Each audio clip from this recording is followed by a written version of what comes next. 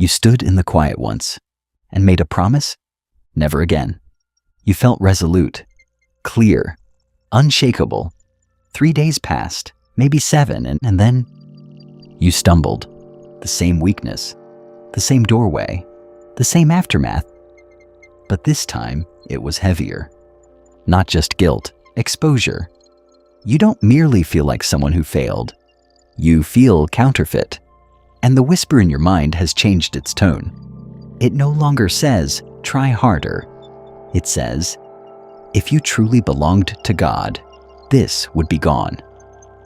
If His Spirit lived within you, this battle would be over. So now you sit with a question you're afraid to say out loud. Is this war inside me proof that I am alive? Or proof that I was never real? Let us descend beneath the surface. Your fear is not only about the act. It is about the quiet afterward. You expected tears. Instead, there was numbness. You expected devastation. Instead, you carried on. And that frightens you more than the fall itself. You worship publicly, while privately waging war. You apologize again, but your own voice sounds rehearsed. You wonder if heaven has grown weary of hearing your confession, because you have grown weary of speaking it.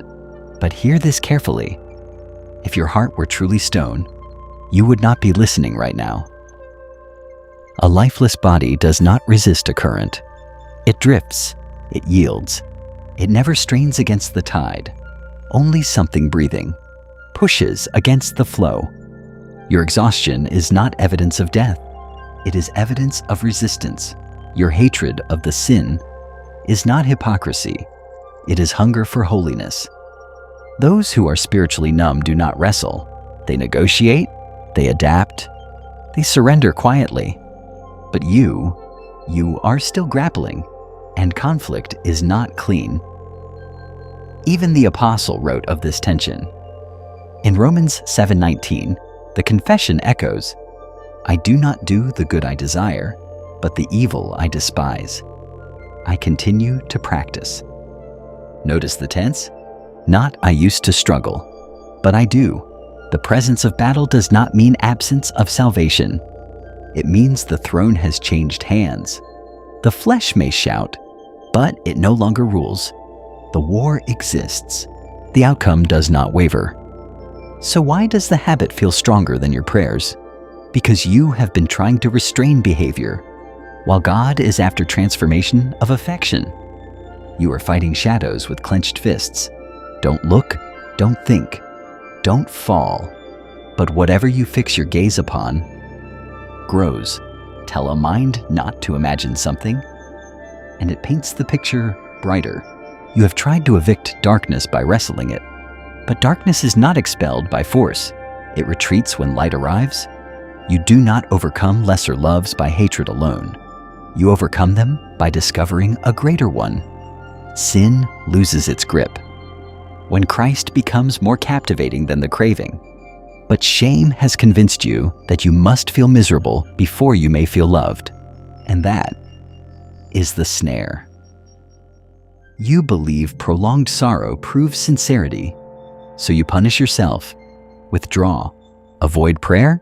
You think distance is humility, but distance is distrust, disguised as discipline. It whispers, the cross covered yesterday, but today requires my suffering. No, the debt was not partially paid. It was erased. Stop attempting to repay what has been canceled. Sin thrives in secrecy, and shame prefers the curtains drawn. But listen to the tenderness of Matthew 12:20. A bruised reed he will not break. A smoldering wick he will not extinguish. That is not poetry about someone else. It is about you, bruised, flickering, barely luminous. Religion might discard a fading flame. Christ shields it with his hands. So what happens tonight? When the urge rises, or when the fall repeats, do not retreat into the shadows.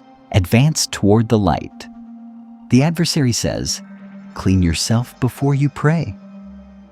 The Father says, bring the dust to me. Holiness is not the absence of stumbling.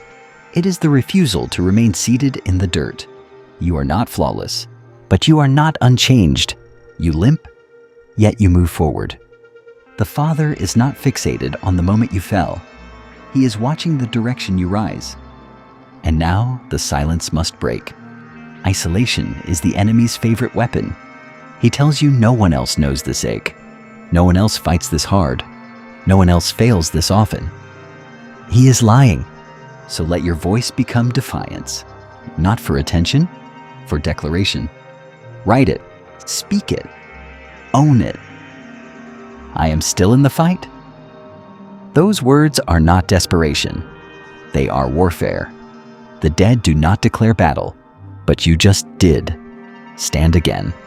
Not because you are strong, but because you are held. You're not abandoned in this struggle. You are being refined through it. And the one who began this work has not stepped away from the forge. You are still breathing, still resisting, still returning. And that means you are still alive, still called, still His. Now rise and walk forward.